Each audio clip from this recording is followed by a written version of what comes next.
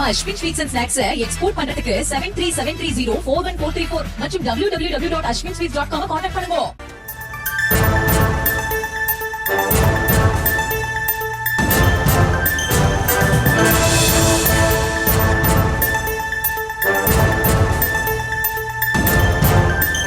அன்புமணிக்கு மாம்பழ சின்னம் ஒதுக்கீடு செய்த கடிதத்தை ரத்து செய்ய கோரி ராமதாஸ் வழக்கில் பிப்ரவரி 2ஆம் தேதி விசாரணை என்ற அண்மை தகவலை நாம் பார்த்து வருகிறோம். விவரங்களை நம்முடைய செய்தியாளர் மதியழகன் வழங்க நாம் கேட்கலாம்.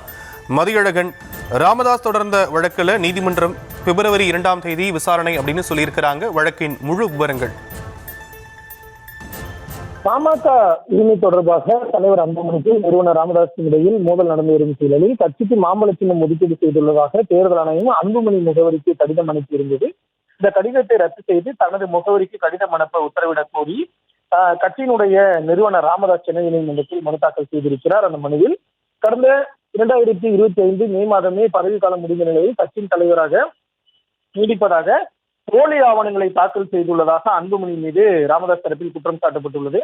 கட்சி நிறுவனர் என்ற முறையில் தனது அங்கீகாரம் இல்லாமல் சட்டவிரோதமாக கட்சி கூட்டங்களை நடத்தி அன்புமணி உரிமை கோர முடியாது எனவும் மனுவில் தெரிவிக்கப்பட்டுள்ளது. கட்சியில் இருந்து நீக்கப்பட்டுள்ள அன்புமணிக்கு தேர்தல் ஆணையம் கடிதம் அனுப்பி இருக்கக்கூடாது என்றும், சின்னம் ஒதுக்கீடு தொடர்பாக தனக்குத்தான் கடிதம் அனுப்பி இருக்க வேண்டும் எனவும் மனுவில் கூறப்பட்டுள்ளது.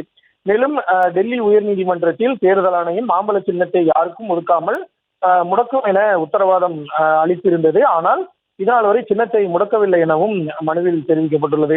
இந்த வழக்கு சென்னை நீதிமன்ற தலைமை நீதிபதி MM ஸ்ரீவத்சவா, நீதிபதி G அருள்முருகன் அமர்வில் பிப்ரவரி 2ஆம் தேதி, அதாவது திங்கட்கிழமை என்று விசாரணைக்கு பட்டியலிடப்பட்டுள்ளது.